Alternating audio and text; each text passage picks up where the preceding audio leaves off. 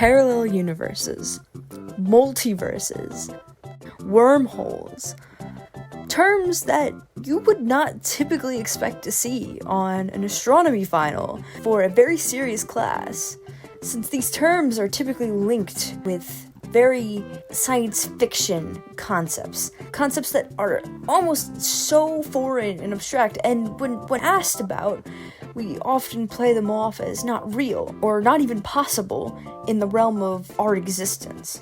Well, today I am here to present to you that these concepts are entirely in the realm of possibility, and yes, these are going to violate your intuition and will seem pretty odd, but that is the universe that we live in, unfortunately. I'm here to deconstruct it a little bit and make it more appetizing of an idea for you to chew on.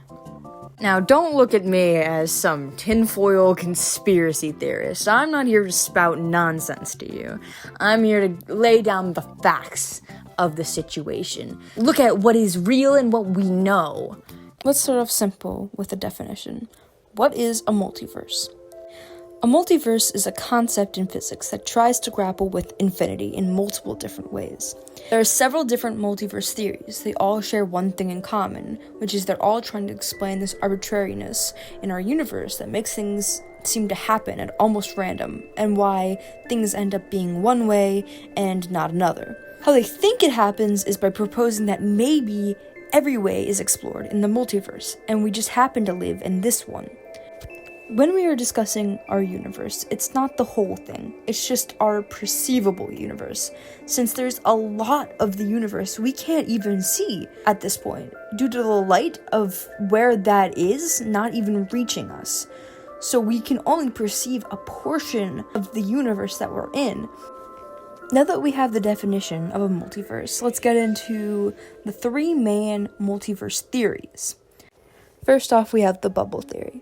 This theory gets into the idea that there are other parts of the universe that are so far away that we'll never be able to perceive them. And in those parts of the universe, the laws of physics are different. Since in the realm in which we exist, the laws of physics are what they are, we are able to be alive and exist. When you are blowing bubbles, each bubble is slightly different from one another. It depends on the amount of air you blow into it, the type of bubble juice, what instrument you're blowing the bubble with, and because of our bubble, our universe was blown with the right conditions that made it so that we are able to live. And in other bubbles, those conditions would not be the same. Next, we have the membrane theory. Like paper, our universe is a three-dimensional surface. We live in a three-dimensional realm. And in this theory, they hypothesize that it is inside a super universe that actually has 9 spatial dimensions. With all that room, it has enough space for other paper-like universes to exist very close to ours, like a magazine or a book. Think how paper in our reality is 2-dimensional, and it's inside of our 3-dimensional world. Lastly, we have the many worlds theory, which is basically quantum mechanics. Every decision and every choice creates a new timeline of sorts, and goes on and lives out that possibility. Think Schrodinger's cat, if you are familiar. Inside the box, there is a cat, and we do not know if it is alive or dead until we open up the box and observe the cat. In one reality, we can open up the box and see the cat is alive, but in another, it's dead. So, hypothetically, every decision you make, every choice that the universe randomly decides on, splits off into another reality. This is much like games that have multiple endings or paths you can follow. There are many movies in media that discuss this topic and touch on what would happen and how it would affect things. Now, all of these theories aren't able to be tested, and none of them are proven, but because quantum mechanics is being tested more frequently, we're getting closer to see if these things are even possible. Now, the fun question is if we would ever be able to touch or come in contact with these parallel universes. And what we theorize is the answer is no. Mainly. If it's all inside our own universe, like the bubble theory, we may be able to observe it once the light from their existence gets to us, but it would take forever to really happen. But all other types of multiverses and their laws of physics would be different, so what makes them what they are will be substantially different from what allows us to be alive here. Now we're gonna move on to wormholes. Starting off again with the basics. What is a wormhole? So a wormhole is a connection between two parts of space, otherwise seen very distant. It is not teleportation.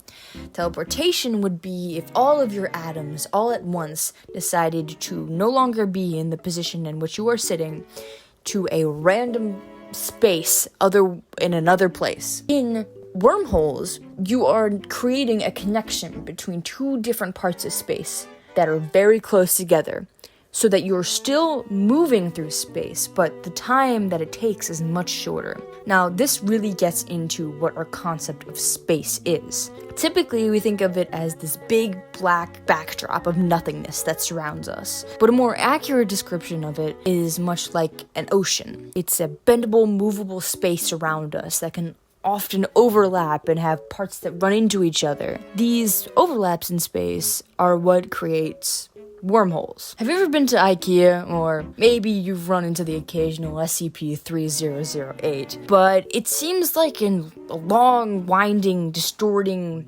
reality that you can get stuck in. But you will run into these signs that will point you in a direction to a shortcut to a certain area in the store, which you can get to much faster than if you were just to follow your original path. That is essentially what a wormhole is. It's a big shortcut through space-time. Now, this idea seems almost fictional to the normal person, but it actually doesn't break the laws of physics whatsoever. You see, math and physics, they're very good friends. They go way back. They grew up together. They're a package deal. Most physics concepts follow these laws we created by observing the universe.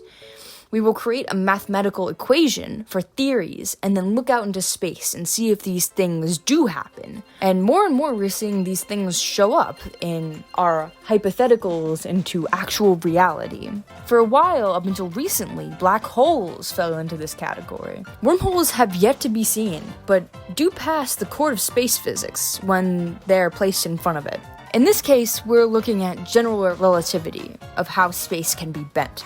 General relativity describes gravity, also known as the bending of space, and sets the rules up for bending space, proposing the idea that space can bend in such a way that would make wormholes appear are entirely within the laws of physics, and we've yet to really seen any of this happen. But if we were able to somehow manage to control and create wormholes, space travel could be completely opened up to us.